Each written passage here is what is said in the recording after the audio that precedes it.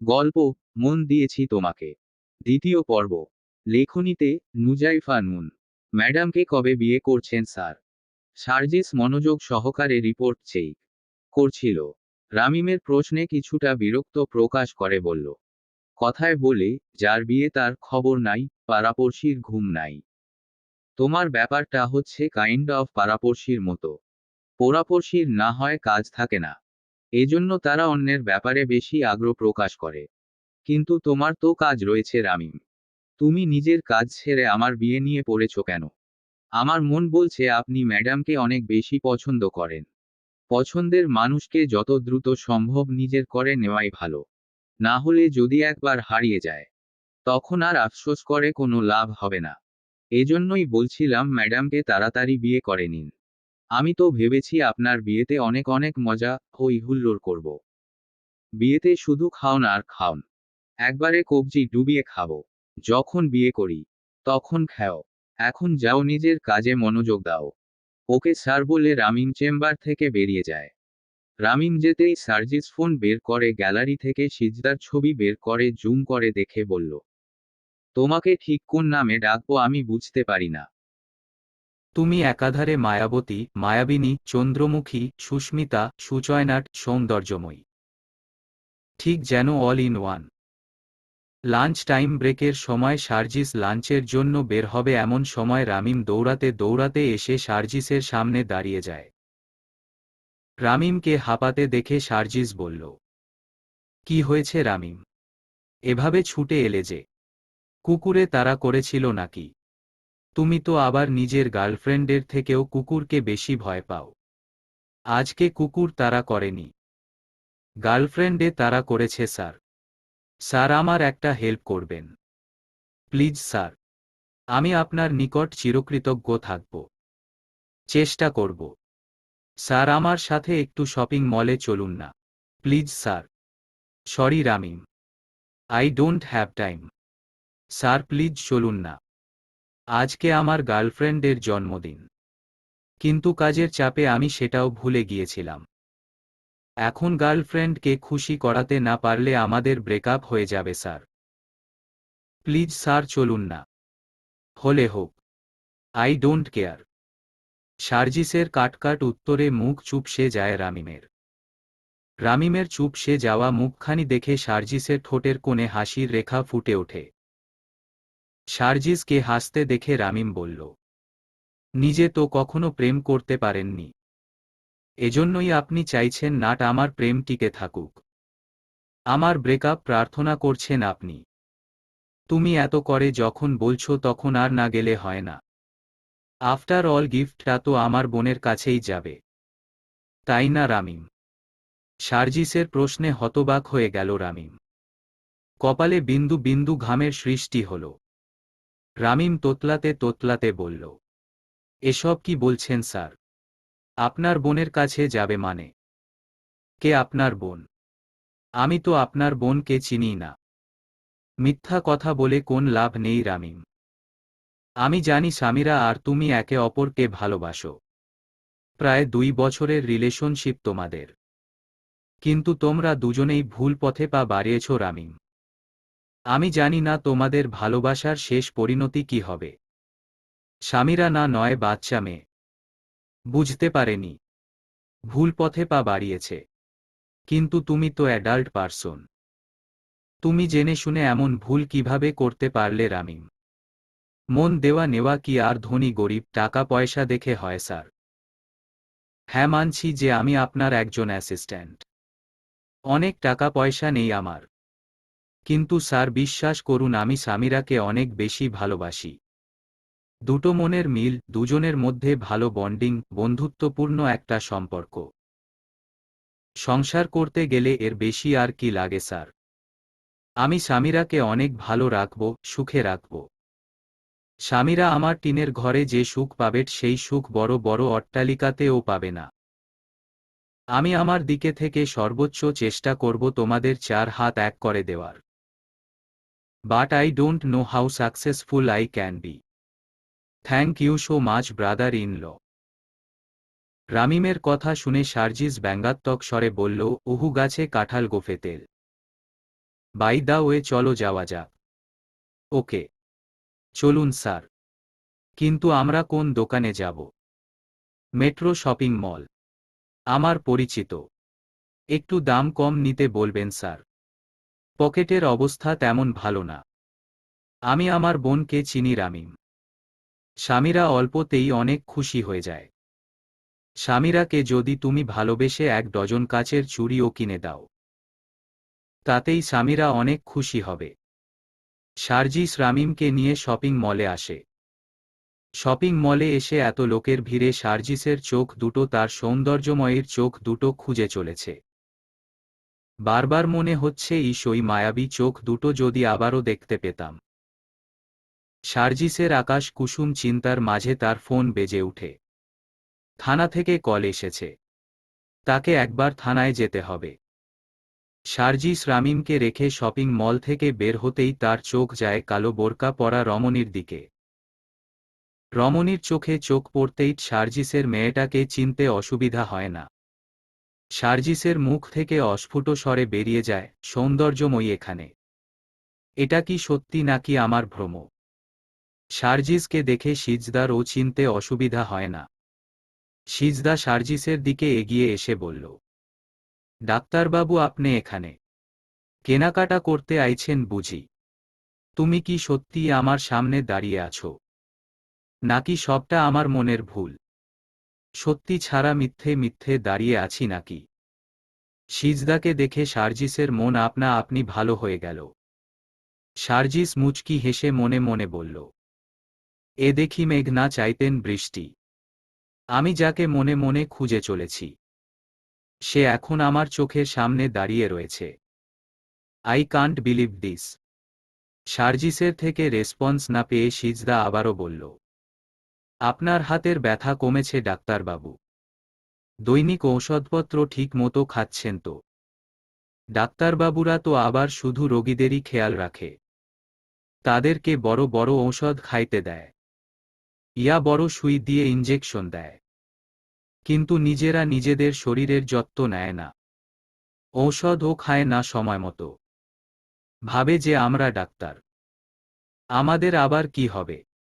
সিজদার কথা শুনে শারজিসের মনে এক ধরনের ভালো লাগা কাজ করে। সিজদার কথার মাঝে অধিকারবোধ ফুটে উঠেছে, যেটা দেখে খুব ভালো লাগে শারজিসের। শারজিস তো এটাই চেয়েছিল। পারছিস কিছু বলতে যাবে তার আগেই শারজিসের ফোন বেজে উঠে। আবারও থানা থেকে কল করা হয়েছে। শারজিস একটু দূরে সরে এসে কল রিসিভ করে কথা বলা শেষ করে পেছনে ফিরে দেখে সিজদা যে জায়গায় দাঁড়িয়ে ছিল সে জায়গাটা খালি। সেখানে কেউ নেই। শারজিস আশেপাশে খুঁজে ও সিজদাকে না পেয়ে বিরক্তি প্রকাশ করে বলল, ড্যাম ইট! সৌন্দর্যময়ীকে দ্বিতীয়বার কাছে পেয়ে ও তার সম্বন্ধে কিছু জানা হল না। এদিকে বাড়িতে বিয়ের তোড়জোড়, সামিরার জন্মদিন। সব মিলিয়ে দাদুকেও সৌন্দর্যময়ীর ব্যাপারে বলতে পারছি না। সাইফানের বিয়েটা ভালোই ভালোই মিটে যাক। এরপর আমার চুন্নি রানীকে আমার মন চুরি করার শাস্তি স্বরূপ আমার মনের জেলখানায় যাবজ্জীবন কারাদণ্ডে দণ্ডিত করব। ঘরোয়াভাবে সাইফানের গায়ে হলুদের আয়োজন করা হয়েছে। ছাদে ছোটখাটো একটা স্টেজ সাজানো হয়েছে। হালিমা বেগম চেয়েছিলেন আনুষ্ঠানিকভাবে নাচ গান হই হুল্লোড়ের মাধ্যমে সাইফানের হলুদ করতে। কিন্তু সাইফান আনুষ্ঠানিকতা চায়নি। সে যে হালিমা মঞ্জিলে ঠাঁই পেয়ে একটা পরিবার পেয়েছে, এটাই তার কাছে অনেক বড় পাওয়া। সাইফানের বিয়ে উপলক্ষে তার নানি বাড়ি থেকে নানা নানি সহ আরও অনেক আত্মীয় স্বজন এসেছে। শান্তা মির্জা তাদের হাতে হাত হলুদের সব আয়োজন করছেন। এ বাড়িতে সাইফানের গায়ে হলুদ শেষ হলে তারা সিজদার গায়ে হলুদ দিতে যাবেন। শান্তা মির্জাকে খুশি মনে বিয়ের সব কাজ করতে দেখে অবাক হয়ে যায় তাথই। তাথই শান্তা মির্জাকে আড়ালে ডেকে নিয়ে বলল, একটা বিষয় আমি কিছুতেই বুঝতে পারছি না খালামণি। শারজিসের সাথে তুমি যে মেয়েটার বিয়ে দিতে চাও নিট, এখন আবার সেই মেয়েটার সাথেই নিজের ছেলের বিয়ে দিচ্ছ। হোয়াই খালামণি হোয়াই? সিজদার সাথে যে শারজিসের বিয়ে হচ্ছে না এতে তোমারই ভালো হয়েছে। তোমার রাস্তা এখন ক্লিয়ার। সার্জিসের বউ হয়ে আসার একটা সুযোগ তৈরি হয়েছে তোমার। শুধু কি আমার ভালোর জন্য? এখানে তোমার কোনো স্বার্থ নেই খালামণি। আমি যে মাতাথই। স্বামীরাকে যেমন আমি পেটে ধরেছি, তেমন সাইফানকেও আমার পেটে ধরেছি। সাইফানের জন্যেও প্রসব বেদনা সহ্য করেছি। সন্তানের ভালোর জন্য একটু স্বার্থপর হতে হয়েছে আমাকে। সার্জিস যখন বলে সে বিয়েটা করবে না, তখন আমি আম্মার কাছে গিয়ে আম্মাকে বলি, আম্মা আপনি এত বড় মুখ করে সার্জিসের বিয়ে ঠিক করে আসলেন, কিন্তু সার্জিস তো আপনার মুখ রাখল না। সত্যিই বৌমা, আমি দাদুভাইকে চিনতে ভুল করেছি। এখন রাশেদকে কি জবাব দিব আমি? একটা উপায় আছে আম্মা। আমার সাইফানের সাথে সিজদার বিয়ে দিলে কেমন হয় আম্মা? এতে করে এক ঢিলে দুই পাখি মারা হবে। সিজদা ও এই বাড়ির বউ হয়ে আসবে, আবার আপনার জবানও ঠিক থাকবে। তবে আমার একটা কন্ডিশন আছে আম্মা। সিজদার সাথে বাবুনের বিয়ে দিতে হলে বাবুনকে হালিমা মঞ্জিলে ঠাঁই দিতে হবে। বাবুনকে ও এই পরিবারের একজন সদস্য হিসেবে মেনে নিতে হবে। আমাদের তো টাকা পয়সা ধনদৌলত কোন কিছুর কম নেই আম্মা। আপনি তো যথেষ্ট দানশীল আম্মা। কিন্তু আমার ছেলেটার ক্ষেত্রে কেন এত নিষ্ঠুর আপনি? আমার ছেলেটা আর্মি অফিসার, খুব বেশি ছুটি পায় না। আমার ছেলেটার তো ইচ্ছে হয় ছুটি পেলে তার পরিবারের সঙ্গে কাটাতে, তার মায়ের হাতের রান্না খেতে। আপনি একজন মায়ের থেকে তার সন্তানকে আরও কতদিন আলাদা করে রাখবেন আম্মা? আমার কথা শুনে আম্মা সেদিন নির্বাক হয়ে গেছিলেন। পরে আম্মা নিজের দেওয়া কথা, নিজের জবান, নিজের মানসম্মান রাখতে আমার সমস্ত শর্ত মেনে নেন। একটু স্বার্থপর হয়ে যদি নিজের সন্তানের ভালো হয়, আমি এমন স্বার্থপর হাজারবার হতে রাজি আছি। তবে এমনটা নয় যে আমি সিজদাকে পছন্দ করি না। সিজদা খুবই মিষ্টি, সহজ সরল একটা মেয়ে। আমার মুখের উপর কখনোই কিছু বলার সাহস পাবে না। আমি তো আমার ছেলের জন্য এমন একটা মেয়েই খুঁজছিলাম।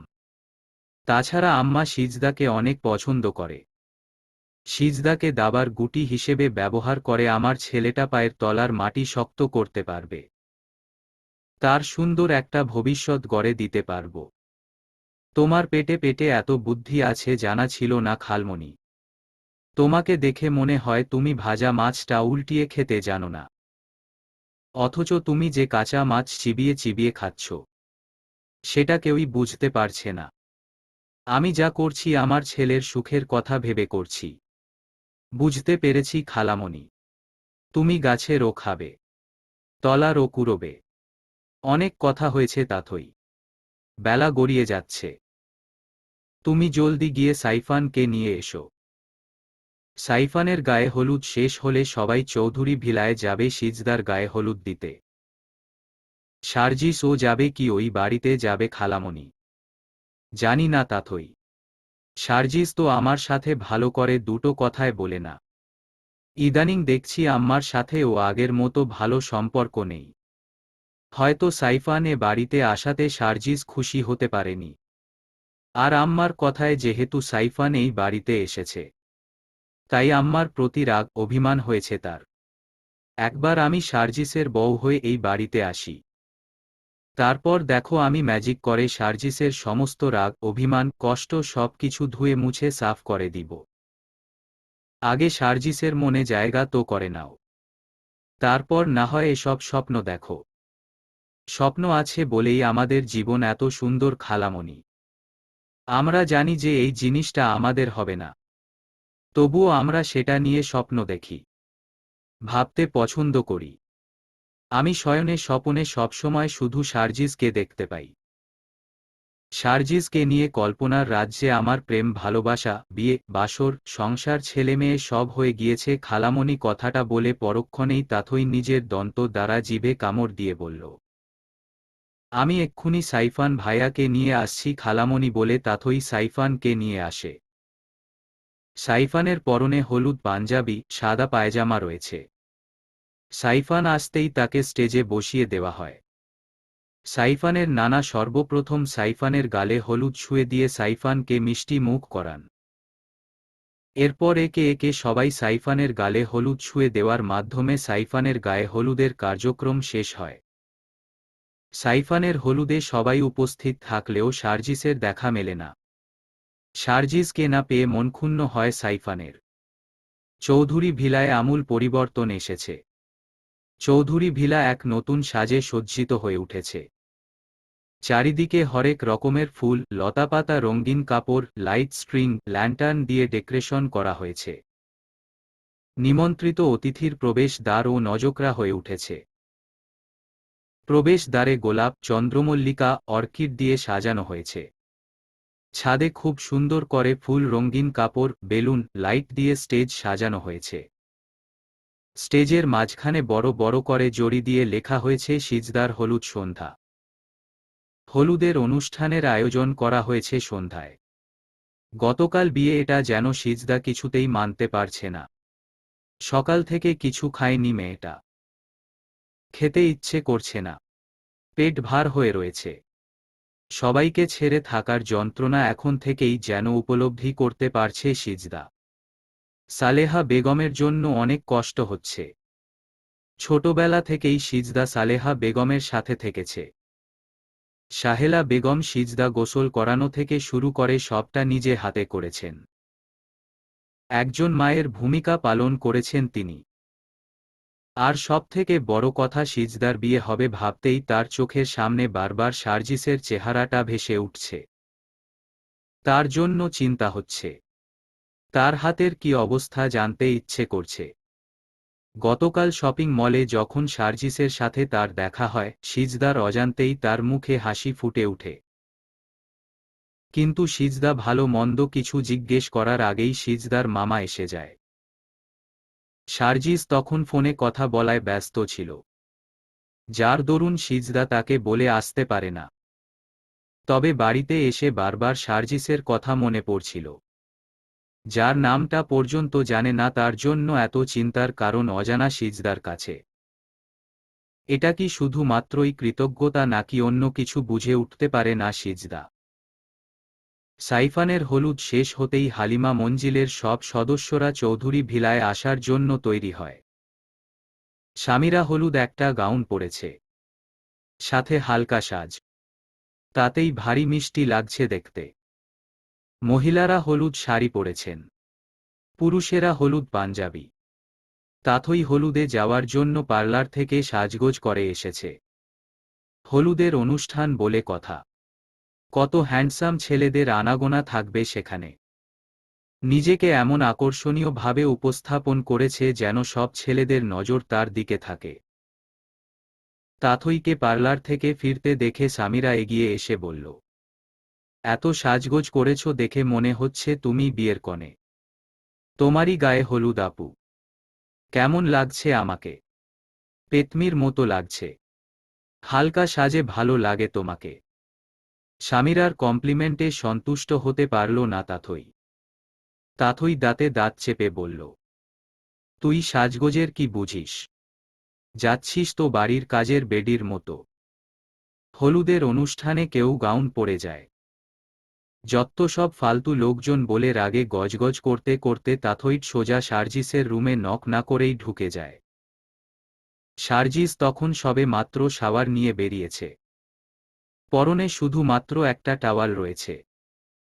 ফর্সা গায়ে বিন্দু বিন্দু পানি মুক্ত দানার মতো চকচক করছে। চুল থেকে পানি গড়িয়ে মুখের উপর পড়ছে। সার্জিসের ঘাড়ের উপর থাকা টাওয়াল দিয়ে চুল মুছতে মুছতে বের হচ্ছে। তাথইকে নজরে আসেনি তার। সার্জিসের এই রূপ দেখে তাথইয়ের বুকে কাঁপন ধরে যায়। লজ্জায় কানের লতি পর্যন্ত লাল হয়ে যায়। তাথই দু হাত দিয়ে নিজের মুখ ঢেকে নেয়। সার্জিসের উদম বুকে মাথা রাখার তীব্র বাসনা জাগে মনে। তাথই এক পা দুপা করে রুমের মধ্যে প্রবেশ করে সার্জিসের সামনে দাঁড়ায়। তাথইকে দেখা মাত্রই সার্জিস গায়ে শার্ট জড়িয়ে নিয়ে বলল, কারো রুমে ঢুকতে গেলে যে নক করে আসতে হয়, সেই সেন্সটুকুও নেই তোর। গায়ে পায়ে বড়ই হয়েছিস, কিন্তু ভদ্রতা শিখতে পারিসনি। নেক্সট টাইম আমার রুমে ঢুকতে গেলে নক করে আসবি। হুটহাট তোর আমার রুমে আসাটা পছন্দ করি না আমি। এখন পছন্দ করো না, কিন্তু পছন্দ করতে কতক্ষণ? একদিন, 2 দিন, 3 দিন পর? তোমারই ঘর হবে আমারই ঘর। নিজের ঘরে নিজে আসব। এতে নক করার কি আছে বলো তো? আমি কি কখনো বলেছে যে আমি তোকে ভালোবাসি, তোকে বিয়ে করব? বলিনি তো। তাহলে কিসের ভিত্তিতে তুই এত কথা দেখছিস বলতো? আমি আগেও বলেছি, এখনো বলছি, আমি তোকে ভালোবাসি না তাথই। তোর প্রতি বিন্দুমাত্র ফিলিংস আসে না আমার। তুই কেন এই সহজ কথাটা বুঝতে চাস না বলতো? এই প্রশ্নটা আমাকে না করে নিজের মনকে করো। পৃথিবীতে এত এত ছেলে থাকতে আমি তোমাকেই কেন বেছে নিলাম? তোমাকেই কেন আমার মন দিলাম? কর নিজের মনকে প্রশ্ন করো। আমার সময় বা ইচ্ছা কোনোটাই নেই। ভালো হয় তুই যদি আমার রুম থেকে বেরিয়ে যাস। তাথই এক পাও নড়ল না, বরং সার্জিসের দিকে এগিয়ে গিয়ে সার্জিসের পা থেকে মাথা পর্যন্ত পরক করে বলল, এই তুমি শার্ট পরলে কেন? শার্ট ছাড়াই ভালো লাগছিল তোমাকে। অবশ্য তুমি যে রূপেই থাকো না কেন সেই রূপেই বিমোহিত হয়ে যাই আমি। Stop all this nonsense. You are crossing your limit. তোমার মতো চকলেট বয়কে দেখলে যে কোনো মেয়ে লিমিট ক্রস করতে বাধ্য হবে। পুরুষ মানুষ এত সুন্দর কেন হবে বলো তো? সার্জিস কোনো কথা না বাড়িয়ে তাথইয়ের হাত ধরে টানতে টানতে রুম থেকে বের করে দিয়ে রুমের দরজা লাগিয়ে দেয়। মুখের উপর দরজা লাগিয়ে দেওয়াই বেশ অপমানিত বোধ করে তাথই। অপমানে চোখে পানি আসে তার। সে সন্তর্পণে চোখের পানি মুছে নিয়ে বলল, তুমি তাথইকে চেনো না জানেমান? তাথই যে বড্ড একরোখা, জেদি। আজ হোক বা কাল হোক তোমার তাথইয়ের কাছে ধরা দিতেই হবে। সিজদা জোহরের নামাজ শেষ করে জায়নামাজ গুছিয়ে রাখতেই সালেহা বেগম প্লেট ভর্তি খাবার নিয়ে সিজদার রুমে এসে সিজদার হাত ধরে সিজদাকে বিছানায় বসিয়ে দেয়। সিজদা তড়িৎ গতিতে সালেহা বেগমের কোলে মাথা রেখে নীরবে চোখের পানি ফেলতে লাগল। সালমা বেগম সিজদার মাথায় হাত বুলিয়ে দিয়ে বলল, আমি তোর কষ্টটা বুঝতে পারছি রে মা। কিন্তু মেয়ে হয়ে জন্ম নিলে একদিন না একদিন পরিবার পরিজন ছেড়ে চইলা যাইতে হয়। স্বামীর ঘরই যে মেয়েদের আসল ঘর। তো কপাল ভালা যে এমন ভালো একটা পরিবারের বউ হইয়া যাচ্ছিস। গ্রোয়ারামের বেদিরা একখান কথা কয়, মায়াগো বিয়ার ক্ষেত্রে হয় বর না হয় ঘর দেখতে হয়। কিন্তু তুই তো ঘর বর দুইটাই ভালা পাচ্ছিস মা। এমন সোনার কপাল কয়জনের হয় কদিনই। তোর তো খুশি হওনের কথা। আমার বুকে খুব ব্যথা করছে খালা। তোমাদের সবাইকে ছেড়ে আমি কিভাবে থাকবো খালা? তুমি যে আমার মাথায় বিলি কেটে না দিলে আমি ঘুমাতে পারি না। প্রথম প্রথম একটু কষ্ট হইব, পরে দেখবি যত দিন যাবে আস্তে আস্তে সব ঠিক হইয়া যাইব। তখন ওই বাড়ির মানুষগুলান তোর আপন হইয়া উঠব। ওই বাড়ি ছাইরা আইতে মন চাইবে না। সকাল থেইকা কিছু খাসনি, এখন কিছু খায়নেট। না খায় থাকলি তো তুই অসুস্থ হইয়া যাইবি। তখন তোরে লইয়া আরেক ভুগান্তি হইব। আমার খিদে নেই খালা, আমি খাব না। সালেহা বেগম সিজদার কথায় কান না দিয়ে প্লেট থেকে এক লোকমা খাবার তুলে জোর করে সিজদার মুখে পুরে দিল। সিজদা বাধ্য হয়ে খাবার চিবোতে লাগল। সিজদা খাবে না করেও প্লেটের খাবার শেষ করে ফেলল। এরই মধ্যে বিথি চৌধুরী সিজদার রুমে প্রবেশ করে। তার চোখে মুখে বিরক্তি প্রকাশ পাচ্ছে। সিজদা খাচ্ছে দেখেও তিনি জোরপূর্বক মুখে হাসির রেখা ফুটিয়ে বললেন, সিজদা খাচ্ছিস? হ্যাঁ মামিমা। কিছু লাগবে?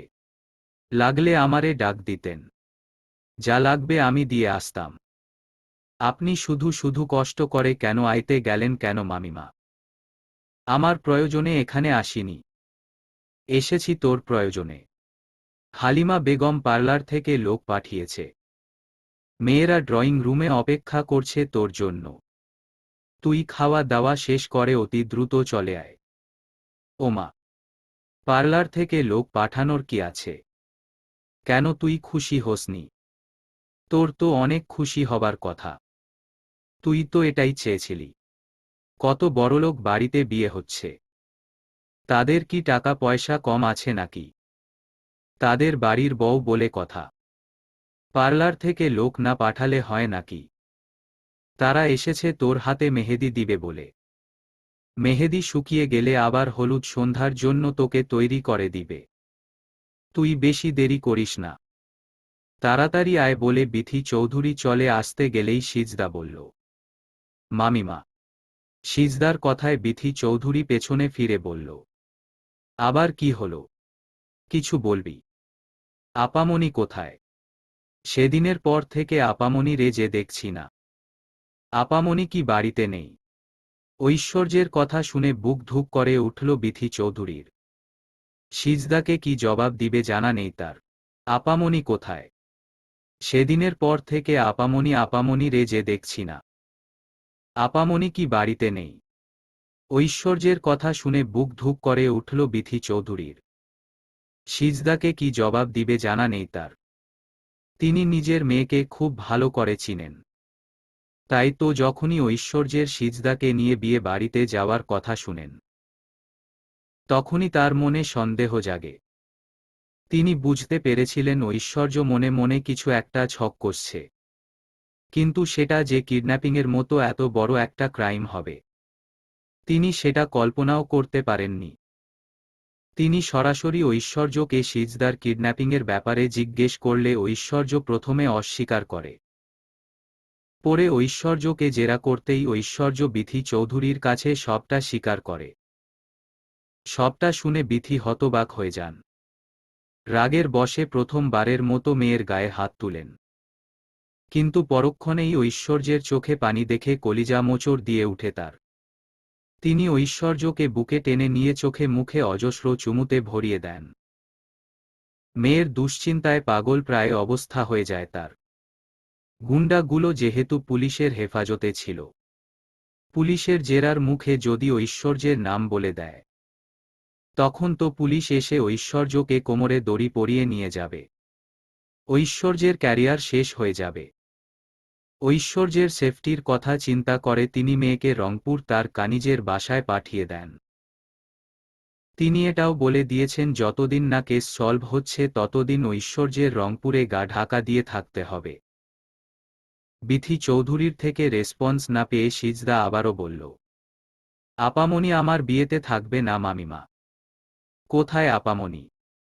সিজদার প্রশ্নের উত্তর না দিয়ে বিথি চৌধুরী নিজের রুমে এসে ঐশ্বর্যকে কল করেন। কিন্তু ঐশ্বর্য কল রিসিভ করে না। মেয়ের জন্য বড্ড চিন্তা হয় তার। তিনি পুনরায় কল করেন।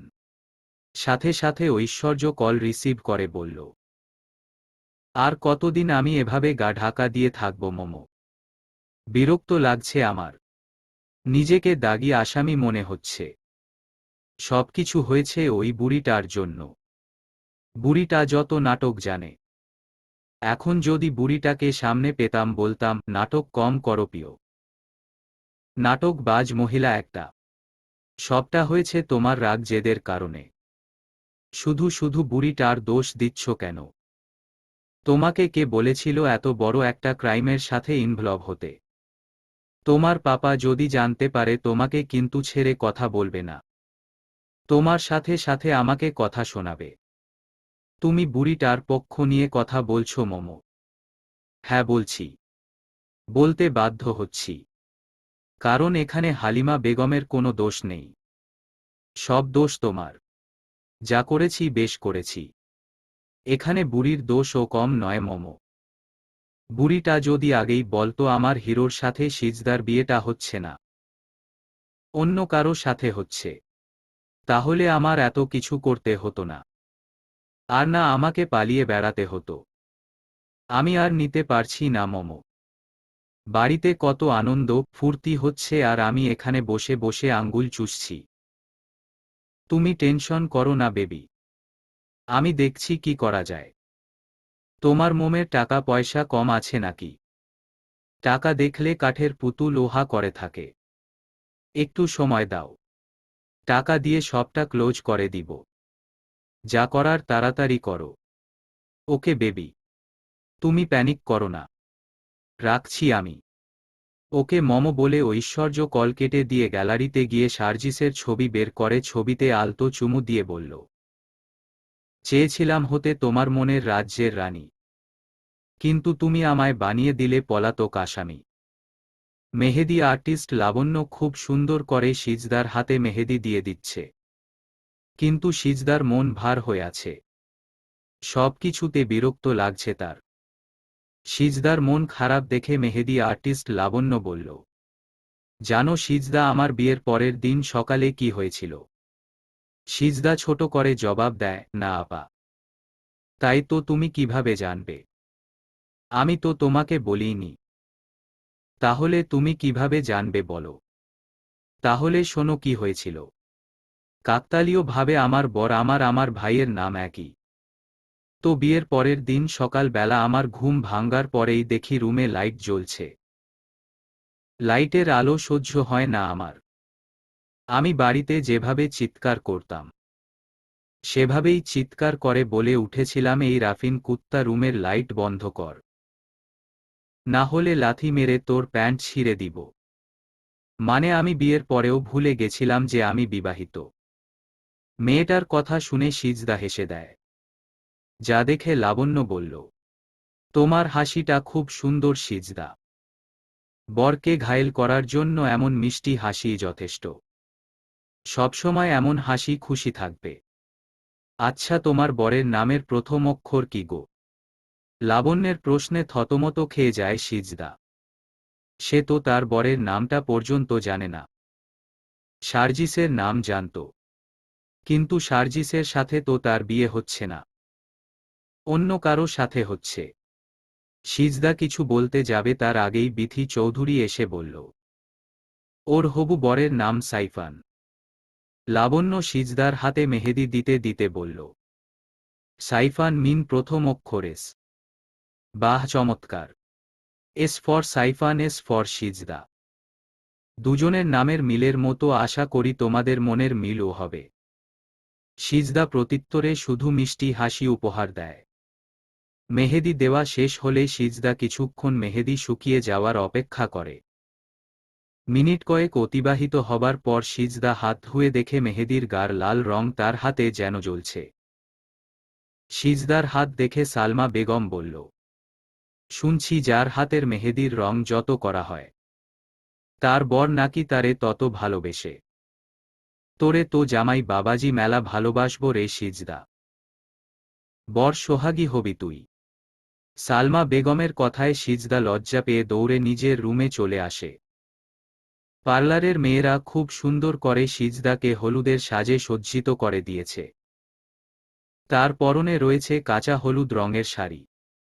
গলায়, হাতে, কানে, মাথায় গোলাপ আর গাঁদা ফুলের সংমিশ্রণে তৈরি গহনা পরানো হয়েছে। মুখে ভারী মেকআপ। ডাগর ডাগর চোখ দুটো, আইলাইনার, মাস্কারা, গিলগটার পেয়ে যেন আরও আকর্ষণীয় হয়ে উঠেছে। ঠোঁটে গাঢ় লাল লিপস্টিক। নিচ ঠোঁটের বাম সাইডে কালো কুচকুচে তিলটা যেন মুখের সৌন্দর্য যেন আরও বাড়িয়ে দিয়েছে। তার হাত দুটো মেহেদির গাঢ় লাল রঙে রঙিন হয়ে উঠেছে। সিজদার সাজ কমপ্লিট হলে পার্লারের মেয়েটা সিজদাকে আয়নার সামনে দাঁড় করিয়ে দেয়। আয়নায় নিজেকে দেখে নিজেই চিনতে পারে না সিজদা। মেকআপের আড়ালে ডেকে গিয়েছে সিজদার নিজস্ব রূপ। সিজদার সাজ কমপ্লিট হতে না হতেই হালিমা মঞ্জিলের সদস্যরা বিয়ের উপঢৌকন নিয়ে চলে এসেছেন। হালিমা বেগম এসেই সিজদাকে জড়িয়ে ধরে সিজদার কপালে চুমু দিয়ে বলল, মাশা আল্লাহ, মাশা আল্লাহ, অনেক সুন্দর লাগছে তোমাকে। এ যেন আসমান থেকে পরী নেমে আসছে। ভাগ্যিস সাইফান এখানে নেই, থাকলে সাইফানের দফা রফা হয়ে যেত আজ। হলুদের সাজে একদম হলুদ পরী লাগছে। ধন্যবাদ দাদিজান। স্বামীরা প্রথমবার সিজদাকে দেখছে। হালিমা বেগমের মুখে সিজদার প্রশংসা শুনে সিজদাকে দেখার জন্য মনটা আকুপাকু করছিল। চৌধুরী ভিলায় প্রবেশ করেই স্বামীরা দৌড়ে সিজদার কাছে চলে আসে। সিজদাকে স্বামীরার খুব পছন্দ হয়। সামিরা সিজদার দিকে এগিয়ে এসে বলল, হাই, আমি সামিরা, তোমার একমাত্র ননদিনী। সিজদা হাসি মুখে সামিরার সাথে কুশলাদি বিনিময় করল। সামিরা অনেকগুলো সেলফি তুলে নিল সিজদার সাথে। প্রথম দেখাতেই সিজদার সাথে সামিরার একটা ভালো সম্পর্ক গড়ে ওঠে। তাথই এসে সিজদা দেখে কে মনে মনে বলল, সার্জিস এই মেয়েকে রিজেক্ট করছে। সৌন্দর্যের দিক থেকে আমি তো এই মেয়ের নখের অযোগ্য নাট। সার্জিস কি আদৌ এই মেয়েকে দেখেছে? আমার কেন জানি মনে হচ্ছে সার্জিস সিজদাকে না দেখেই রিজেক্ট করেছে। এমন নিখুঁত মেয়েকে দেখে কোনো পুরুষেরই রিজেক্ট করার সাধ্য নেই। না না, বিয়ে না হওয়া পর্যন্ত সার্জিসকে কোনভাবেই এই মেয়ের মুখোমুখি বা সিজদার কোনো ছবিও দেখতে দেওয়া যাবে না। এই মেয়েকে দেখে যদি সার্জিস বিয়ে করতে চায়, তখন আমার কি হবে? হালিমা মঞ্জিলের বউ হয়ে আসার স্বপ্ন স্বপ্নই থেকে যাবে আজীবন। ভালোই হয়েছে সার্জিস হলুদ সন্ধ্যায় আসেনি, কিন্তু বিয়েতে তো ঠিকই আসবে। কিন্তু না, আমি থাকতে সেটা হতে দিব না। সার্জিসকে কিছুতেই বিয়েতে উপস্থিত থাকতে দেওয়া যাবে না, কিছুতেই না। সিজদাকে নিয়ে এসে স্টেজে বসিয়ে দেওয়া হয়। সিজদার বুক দুরুদুরু করছে, অজানা ভয়ে গায়ে কাটা দিয়ে উঠছে। সিজদার অস্বস্তি বুঝতে পেরে হালিমা বেগম এসে সিজদাকে স্বাভাবিক করার চেষ্টা করে। সিজদা স্বাভাবিক হতেই হলুদের কার্যক্রম শুরু হয়। সর্বপ্রথম রাশেদ চৌধুরী এসে সিজদাকে মিষ্টি মুখ করিয়ে সিজদার গালে হলুদ ছুঁয়ে দেয়। বিথি চৌধুরীর অনিচ্ছার সত্ত্বেও মুখে জোরপূর্বক হাসি ফুটিয়ে সিজদার গালে হলুদ ছুঁয়ে দেয়। সালেহা বেগম সিজদার গালে হলুদ ছুঁয়ে দিতে গিয়ে চোখের পানি ছেড়ে দেন।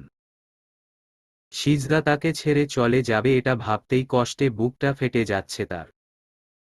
তিনি যেতেই একে একে সবাই এসে সিজদাকে মিষ্টি মুখ করিয়ে গালে হাতে হলুদ ছুঁয়ে দেয়। এরপর শুরু হয় নাচ গান। সামিরা, তাথইসহ আরও অনেকেট পারফর্ম করে। ফটোশ্যুট, নাচ গান, হই হুল্লোড়ের মধ্যে দিয়ে শেষ হয় সিজদার হলুদ সন্ধ্যা। দুদিন পর সার্জিসের একটা ক্রিটিক্যাল অপারেশন করতে হবে। এজন্য সার্জিস ডিনার শেষ করে বাইরের দেশের বড় বড় ডক্টরদের সাথে ভিডিও চ্যাট করছিল। তাদের থেকে বিভিন্ন ইনফরমেশন কালেক্ট করছিল। এমন সময় সাইফান তার রুমে প্রবেশ করে সার্জিসকে ভিডিও চ্যাট করতে দেখে সাইফান নিঃশব্দে সার্জিসের পাশে বসে সার্জিসের রুমের দিকে চোখ বুলিয়ে নিল। রুমটা খুবই পরিপাটি করে সাজানো গোছানো। মনেই হচ্ছে না এটা কোনো ছেলের রুম। রুমের প্রত্যেকটা আসবাবপত্রে আভিজাত্যের ছোঁয়া লেগে রয়েছে। সাইফান সেগুলোই দেখছিল। এরই মধ্যে সার্জিস ভিডিও চ্যাট শেষ করে গম্ভীর স্বরে সাইফানের উদ্দেশ্যে বলল, কি চায়? গুনে গুনে তুই 1 মাস 12 দিনের ছোট আমার, তাই তুই করেই বলছি। তোকে তুই বলে সম্বোধন করা আমার ভাইগত অধিকার। তুই আমাকে ভাই বলে না মানলেও আমি তোকে ছোট ভাই মনে করি। আমার ফ্রেন্ড, ব্যাচমেট সবাই জানে আমরা 2 ভাই। আমি অনেক গর্ব করে বুক ফুলিয়ে সবাইকে বলি আমার ভাই একজন কার্ডিওলজিস্ট। যদি আমি জানি তুই আমাকে খুব একটা পছন্দ করিস না, পছন্দ না করাটাই স্বাভাবিক, কারণ আমি তো তোর রক্তের কেউ না। ভুল জানো তুমি। তোমাকে অপছন্দ কেন করব বলো তো? তোমাকে অপছন্দ করার কোনো কারণ নেই আমার কাছে। তাই যদি হয় তাহলে আমার বিয়েতে সবাই এত আনন্দ ফুর্তি করছে, অথচ তুই একটা বারের জন্যও সেখানে গেলি না কেন? সামিরা তোকে কতবার করে বলল মেয়েদের বাড়িতে হলুদ সন্ধ্যায় যেতে, তুই সেখানেও গেলি না। তুমি তো জানো আমি কত বিজি থাকি। ছুটিতে থাকলেও ইমার্জেন্সি কল পেলে হসপিটালে ছুটতে হয়। শুধু পেশেন্টদের সময় দিলে হবে? আগামীকাল তোর যতই ডিউটি থাকুক, অপারেশন থাকুক, ইমার্জেন্সি কেস থাকুক, আমি কিন্তু তোকে ছাড়ব না। বিয়েতে যেতেই হবে তোর। যদিও আগামীকাল অফ ডে, তবুও আমি শিওর হয়ে কিছু বলতে পারছি না। এসব গান বাজনা হই হুল্লোড় একদমই ভালো লাগে না আমার।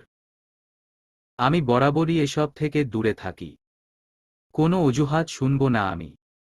তোকে যেতে হবে মানে যেতে হবেই। একটা দিনই তো।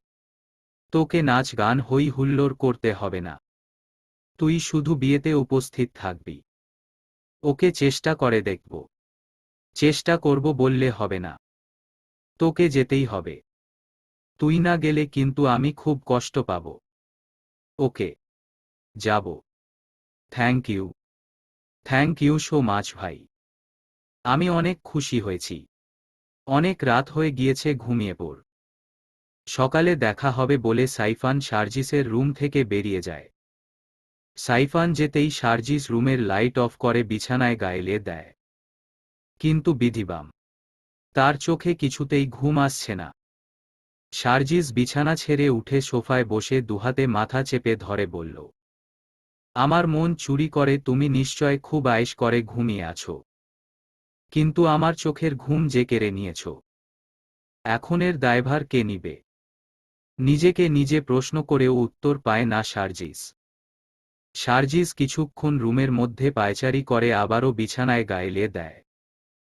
কিন্তু চোখে ঘুম ধরা দিচ্ছে না দেখে সার্জিস কাগজ, কলম, পেন্সিল, রং, তুলির সাহায্য তার মায়াবী ভীতু মুখটা ফুটিয়ে তোলার চেষ্টা করে। হালিমা বেগম সিজদাকে শহরের সবচেয়ে বড় বিউটিশিয়ান অতসী মণ্ডলের কাছে নিয়ে এসেছেন। অতসী মণ্ডলের হাতের জাদুর কথা অনেক শুনেছে হালিমা বেগম। তাই তো তিনি সিজদাকে তার পার্লারে নিয়ে এসেছেন। তিনি সিজদাকে খুব সুন্দর একটা লুক দিয়েছেন। সিজদার থেকে চোখ ফেরানো দায় হয়ে পড়েছে। সিজদার সাজ কমপ্লিট হলে তারা পার্লার থেকে বের হতেই হালিমা বেগমের ফোন বেজে ওঠে। হালিমা বেগম কল রিসিভ করে হ্যালো হ্যালো করতে থাকেন। কিন্তু কথা বুঝতে না পেরে একটু দূরে সরে যান। ঠিক তখনই সিজদার সামনে একটা সাদা রঙের গাড়ি এসে দাঁড়ায়। সিজদা কিছু বুঝে ওঠার আগেই গাড়ির দরজা খুলে সিজদাকে গাড়ির ভেতর নিয়ে গিয়ে নাকে রুমাল চেপে ধরা হয়, যার দরুন সিজদার মাথায় চক্কর দিতে শুরু করে। চোখের সামনে সবটা ঝাপসা দেখতে পায়। কয়েক সেকেন্ডের মধ্যেই সিজদা সেন্সলেস হয়ে যায়। চোখে মুখে পানির ছিটা পেতেই টিপটিপ করে চোখ মেলে তাকায় সিজদা। কিন্তু চোখ খুলে বুঝে উঠতে পারে না সে কোথায় রয়েছে। মাথাটা এখনো ভার হয়ে আছে তার। সে কিছুক্ষণ পুরো রুমে চোখ বুলিয়ে নেয়। পরে বুঝতে পারে সে কাজী অফিসে রয়েছে। কিন্তু এটা বুঝতে পারে না যে যেখানে তাদের বাড়িতেই ঘটা করে বিয়ের আয়োজন করা হয়েছে, সেখানে তাকে জোরপূর্বক কাজী অফিসে তুলে নিয়ে আসা হয়েছে কেন? আর কে বা কারা তাকে তুলে নিয়ে এসেছে? সিজদা ভাবতে পারছে না কিছু। প্রচণ্ড মাথা ব্যথা করছে তার। সিজদা আশেপাশে তাকিয়ে দেখে কোন লোকজন নেই। পুরো অফিস একদম ফাঁকা। সে আর এক মুহূর্তও বিলম্ব করে না। সিজদা কাজী অফিস থেকে বেরিয়ে যেতে উদ্যত হয়। তখনই একজন পুরুষ এসে তার সামনে দাঁড়ায়। মানুষটাকে দেখে সিজদার চোখে মুখে হাসির ঝিলিক দেখা যায়। সিজদা মানুষটাকে ভালো করে পরখ না করেই করল, আপনিই এখানে? ডাক্তারবাবু আপনি এখানে? আপনি আবারও আমাকে বাঁচাতে এসেছেন? দেখুন কারা যেন আবারও আমাকে কিডন্যাপ করে এখানে নিয়ে এসেছে। আমি দাদি জানের সাথে পার্লারে এসেছিলাম। সেখান থেকেই আমাকে জোরপূর্বক এখানে নিয়ে এসেছে। আজকে আমার বিয়ে, অথচ দেখুন আমাকে কাজী অফিসে তুলে নিয়ে আসা হয়েছে। সিজদা একনাগাড়ে কথাগুলো বলার পর মুহূর্তে সিজদা সার্জিসকে বিয়ের শেরওয়ানি পরে বরের সাজে দেখে দেখে হতবাক হয়ে যায়। সিজদার মুখ থেকে অস্ফুট স্বরে বেরিয়ে আসে, ডাক্তারবাবু আপনি বরের সাজে? আজকে কি আপনার বিয়ে? আজকে আমারও বিয়ে। কাকতালীয়ভাবে আমাদের দুজনের একই দিনেই বিয়ে। দারুণ তো ব্যাপারটা। আপনাকে বরের সাজে দারুণ লাগছে ডাক্তারবাবু। কিন্তু আপনি বিয়ে বাড়িতে না গিয়ে কাজী অফিসে এসেছেন কেন? কাজী অফিসে বিয়ে করব তাই। ওমা কাজী অফিসে কেন? আমার মনের রানী আমার বুকে প্রেমের আগুন জ্বালিয়ে অন্য কারো সাথে ঘর বাঁধতে চেয়েছিল। কিন্তু আমি বেঁচে থাকতে সেটা হতে দিতে পারি না। তাই তো তাকে নিয়ে সোজা কাজী অফিসে আসতে হলো। এখন তাকে বিয়ে করে চিরদিনের জন্য আমার সম্পত্তি করে নিব। যেখানে অন্য কারো হস্তক্ষেপ থাকবে না। সে শুধু আমার, একান্তই আমার স্থায়ী সম্পত্তি। কার সাথে বিয়ে আপনার? পাত্রী কোথায়? এখানে তো কেউ নেই। তুমি কি চোখে কম দেখছো? মানে? চোখের সামনে বধূ বেশে পাত্রী দাঁড়িয়ে রয়েছে, তুমি দেখতে পারছো না সৌন্দর্যময়ী? কথাটা কর্ণকুহরে প্রবেশ করতেই পিলে চমকে উঠে সিজদার। সার্জিস সরাসরি তাকেই যে ইঙ্গিত করছে এটা বেশ বুঝতে পারে সিজদা। সিজদা ভয়ে ঘামতে শুরু করে, যা দেখে সার্জিস তার দিকে রুমাল এগিয়ে দেয়।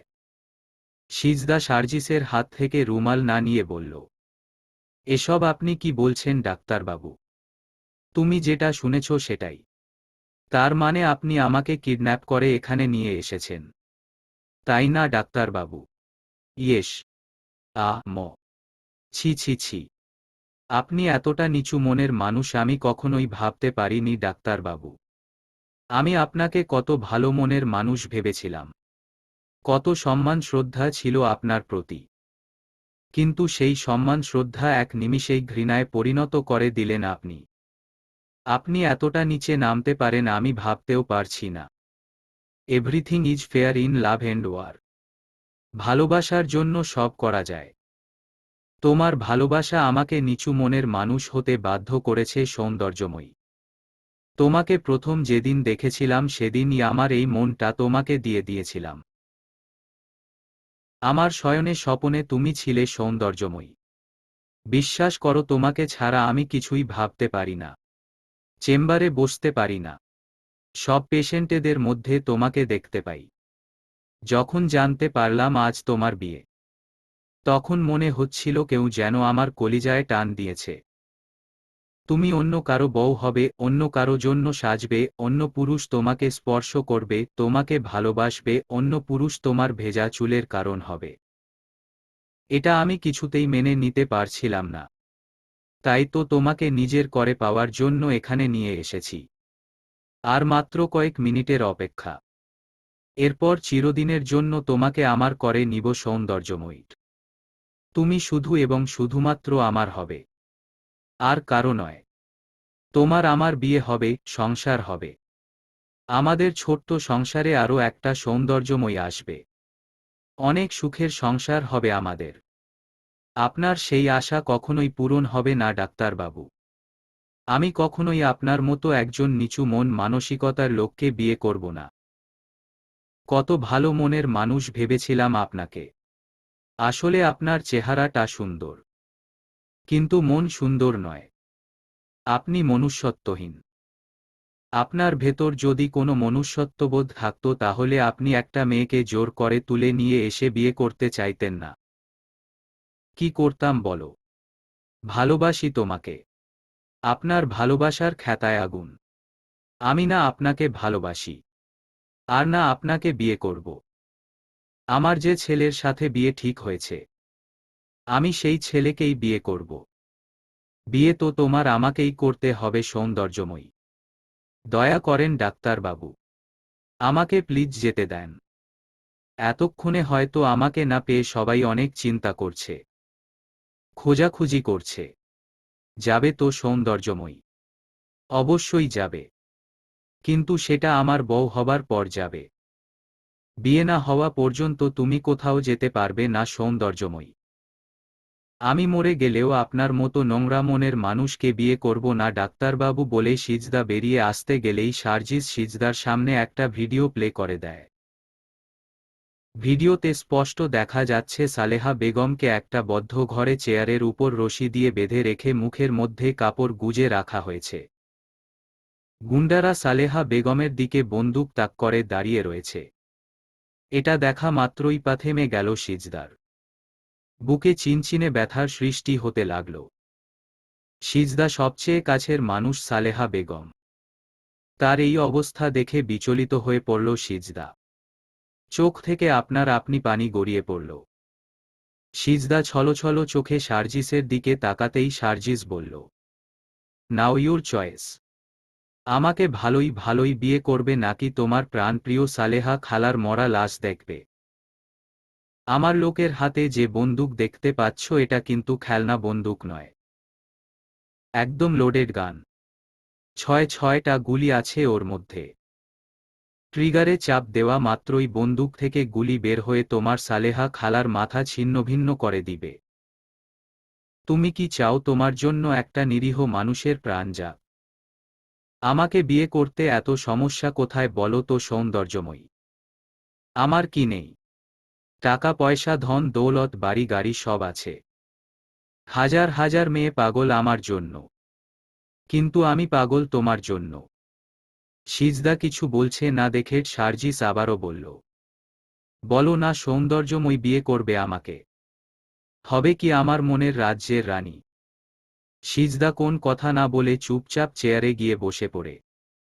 মিনিট কয়েক অতিবাহিত হবার পর কাজীসহ আরও অনেকে কাজী অফিসে প্রবেশ করে।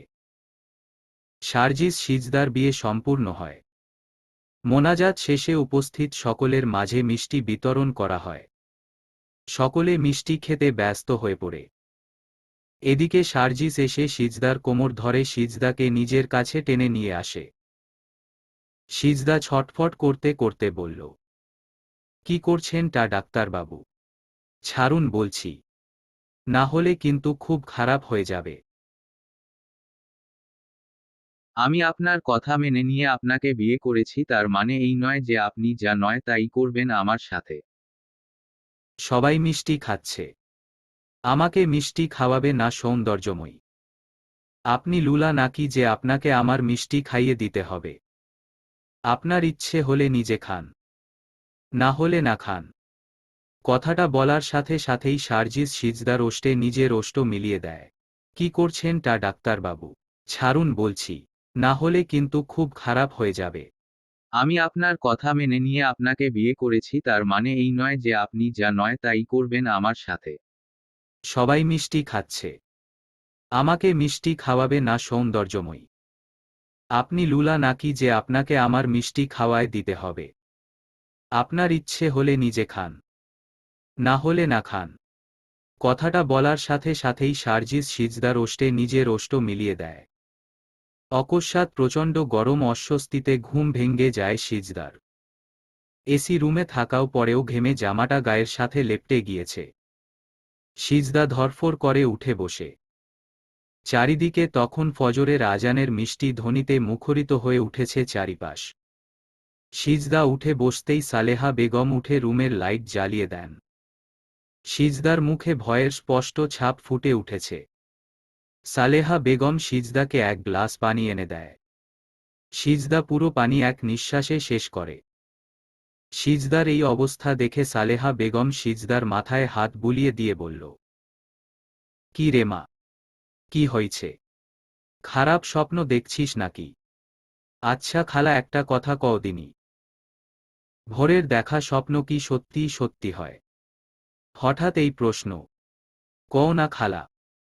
গ্রোয়ারামের মাইনসেরা তো কয় যে ভোরের দেহা স্বপ্ন সত্যি হয়। তুই কি কোনো খারাপ স্বপ্ন দেখছিস মা? সিজদা মুখে কিছু না বললেও মনে মনে বলল, এ আমি কি স্বপ্ন দেখলাম? এত মানুষ থাকতে ডাক্তারবাবু আমার স্বপ্নে আইলো কেন? ডাক্তারবাবু কি সত্যিই খারাপ মানুষ? না না, ডাক্তারবাবু কখনোই এমন কাজ করবে না। আল্লাহ না করুক এমন স্বপ্ন যেন কোনোদিন ও সত্যি না হয়। হালিমা মঞ্জিলে বিয়ের তোড়জোড় চলছে। সকাল থেকে মির্জা পরিবারের মেয়ে সদস্যগুলো নিজেদের মতো করে সাজগোজ করতে ব্যস্ত হয়ে পড়েছে। বিয়ে বাড়ি বলে কথা। সামিরা গোলাপি কালারের একটা শাড়ি পরেছে।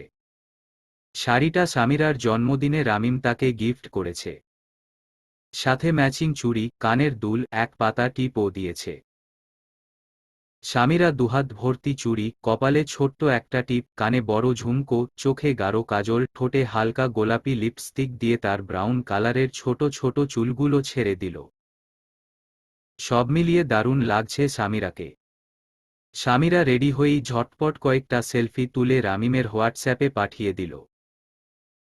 বিয়েতে রামিমকেও বরযাত্রী হয়ে যাওয়ার জন্য বলা হয়েছিল। সামিরা ভেবেছিল এই সুযোগে তারা চুটিয়ে প্রেম করতে পারবে। কিন্তু সামিরার সেই আশা পূরণ হয় না। হুট করেই রামিমের বাবা অসুস্থ হয়ে পড়েন। বাবাকে অসুস্থ অবস্থায় রেখে ছেলে হয়ে আনন্দ ফুর্তি করে বেড়ানোটা রামিমের মন সায় দেয়নি।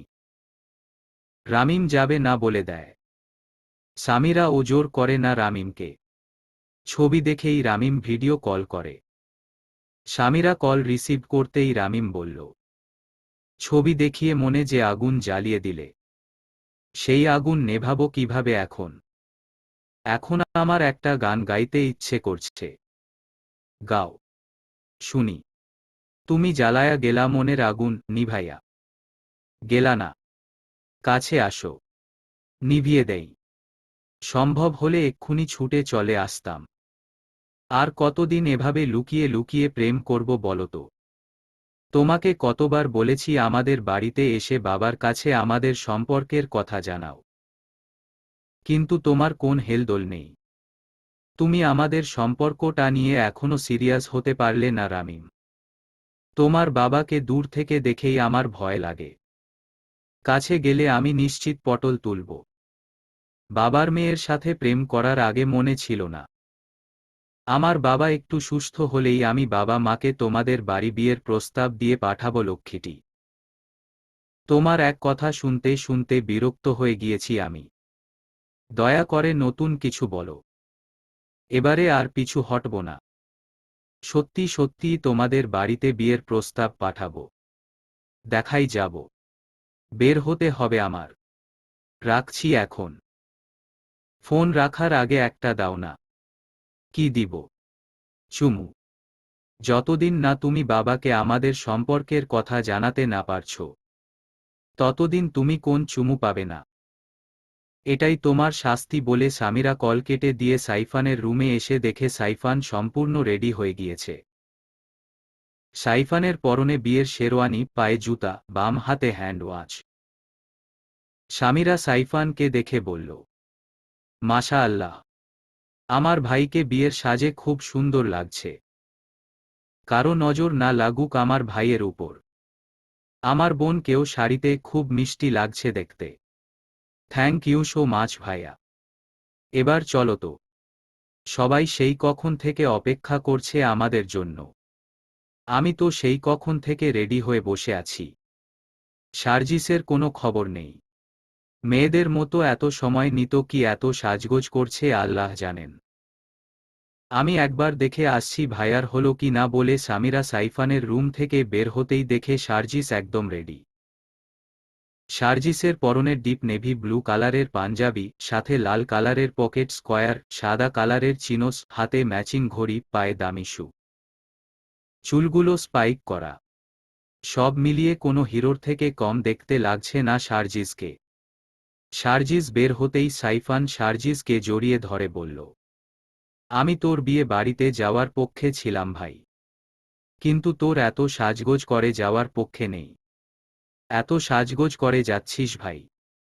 দেখা গেল মেয়ে আমাকে রেখে তোকে বিয়ে করতে চাইল।